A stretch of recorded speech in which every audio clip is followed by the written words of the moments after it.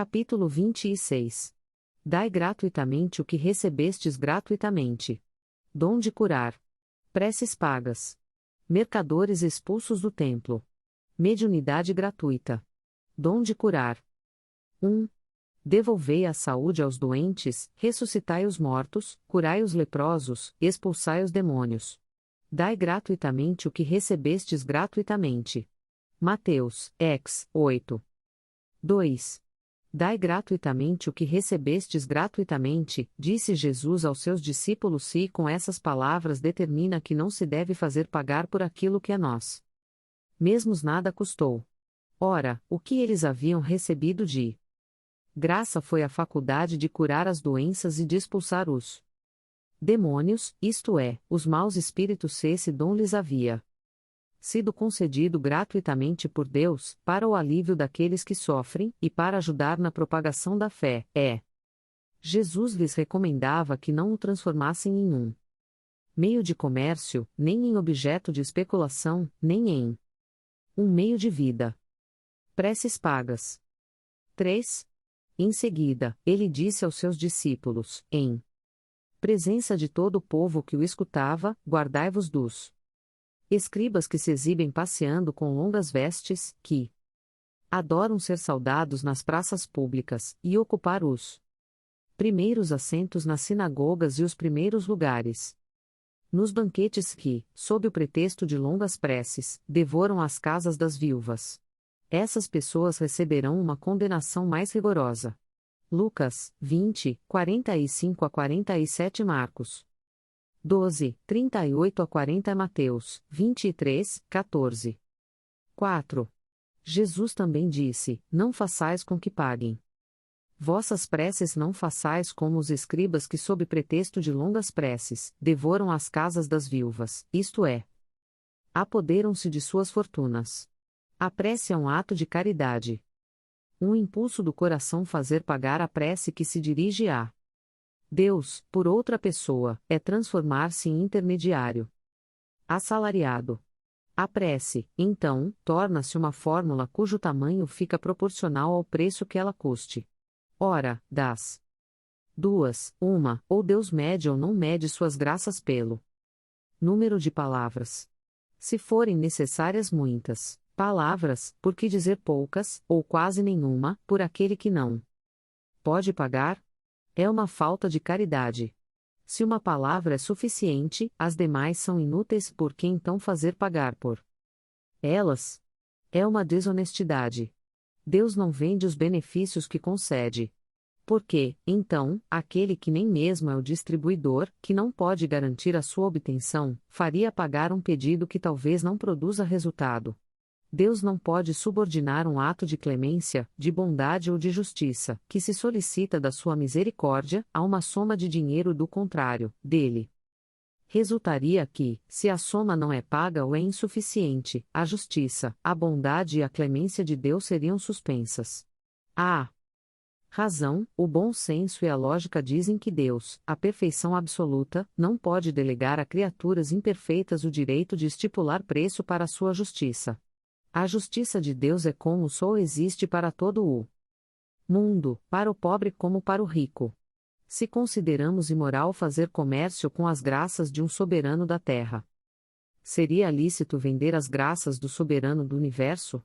As preces pagas têm um outro inconveniente, é que aquele que as compra acredita, na maior parte das vezes, que está dispensado de rezar, ele mesmo, porque se considera quite ao dar o seu dinheiro.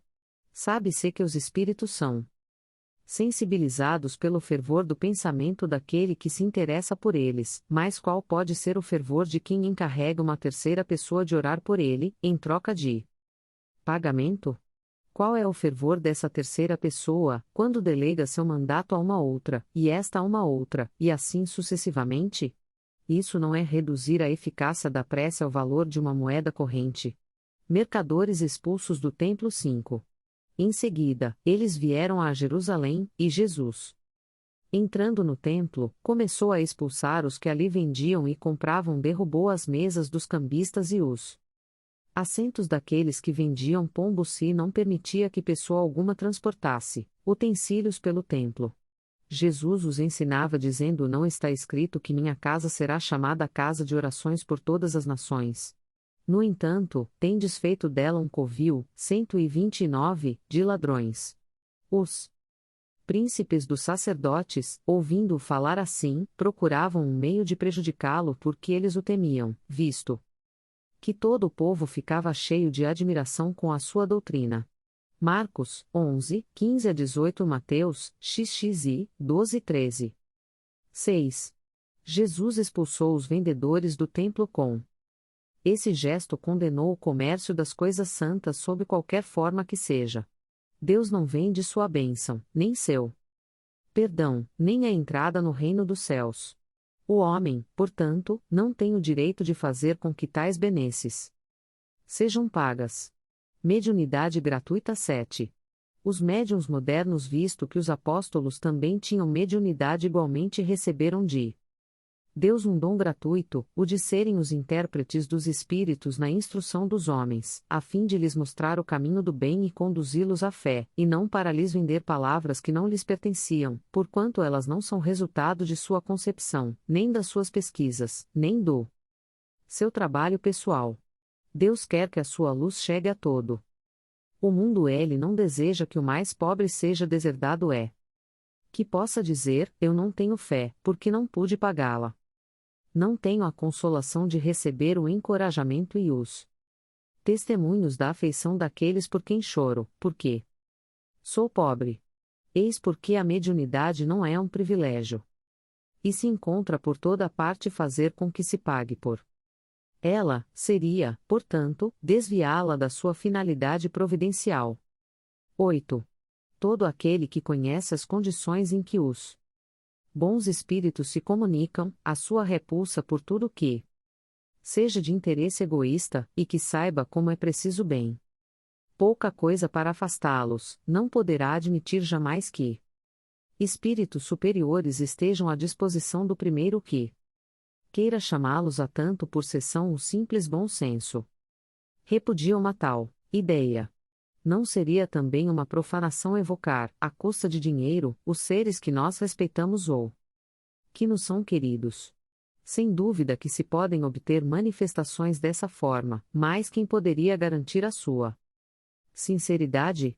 Os espíritos levianos, mentirosos, espertos, toda espécie de espíritos inferiores, muito pouco escrupulosos, sempre atendem a esses chamados, e estão igualmente prontos a responder o que se lhes pergunta, sem se preocuparem com a verdade.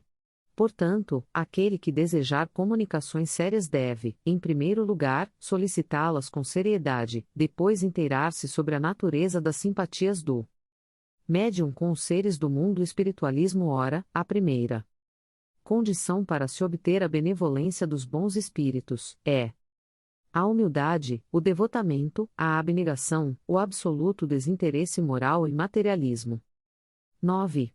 Juntamente com a questão moral, apresenta-se uma consideração efetiva, não menos importante, e que se refere à própria natureza da faculdade. A mediunidade séria não pode ser, e jamais será, uma profissão, não só porque ficaria desacreditada moralmente, e logo associada aos ledores da sorte, mas também porque um obstáculo material a isso se oporia. Ela é uma faculdade essencialmente móvel, fugidia variável, cuja permanência ninguém pode contar como certa. Ela seria, então, para o seu explorador, uma fonte absolutamente incerta, que poderia lhe faltar no momento em que fosse mais necessária. Muito diferente é um talento adquirido pelo estudo e pelo trabalho, e que, por isso mesmo, é uma propriedade da qual naturalmente é permitido tirar partido. A mediunidade, porém, não é nem uma arte, nem um talento, eis porque não pode tornar-se uma profissão. Ela só existe com a participação dos espíritos. Se os espíritos faltarem, não há mais mediunidade. A aptidão pode subsistir, mas o seu exercício está anulado. Assim sendo, não existe um só médium no mundo que possa garantir a obtenção de um fenômeno espírita em um momento determinado. Explorar a mediunidade é, portanto, dispor de uma coisa da qual não se é realmente o dono. Afirmar o contrário é enganar aquele que paga. E a mais, não é de si.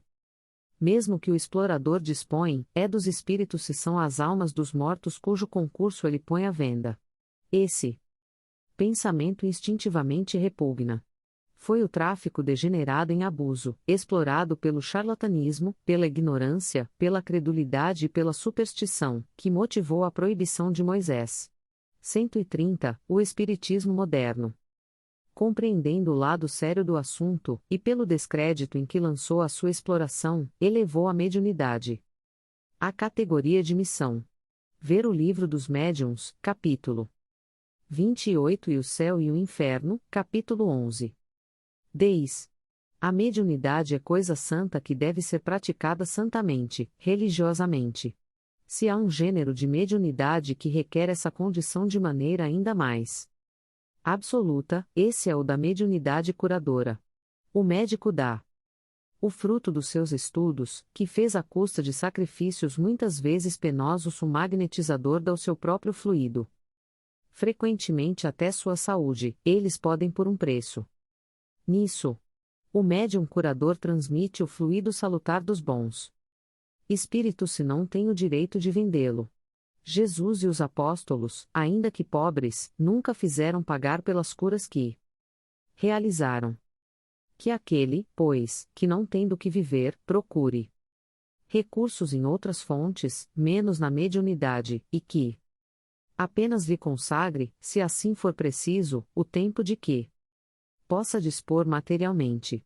Os espíritos lhe levarão em conta o seu sacrifício e o seu devotamento, enquanto que se afastam daqueles que esperam fazer da mediunidade um meio para alcançarem melhores posições.